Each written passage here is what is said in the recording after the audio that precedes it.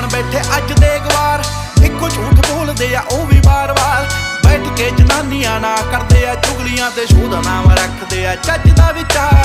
शाम ते सवेरे भालदे विवाद ने, एवें तेरे नाल करदे फसाद ने। 24 घंटे नाले निंददे परौणे नूं, नाले ओदे कल्ले कल्ले गीत याद ने। भावें औखी होई ऐ करौड़ तेरे ते, बोलदे ने एवें साले लाउड तेरे ते। पर एक गल रखी मेरी याद पुत्तरा, आ बापू तेरा बड़ा आ प्राउड तेरे ते। तू दब गया दुनिया ने वहम पालिया, उठ पुत झोटिया ओए मूसे वालिया। जे एवीं रहा गीतां विच सच बोलदा, आउण वाली पीढ़ी एजुकेट मिलूगी। नित कंट्रोवर्सी करेट मिलूगी, धर्मां दे नाम ते डिबेट मिलूगी। सच बोलेगा तां 295, जे करेगा तरक्की पुत हेट मिलूगी।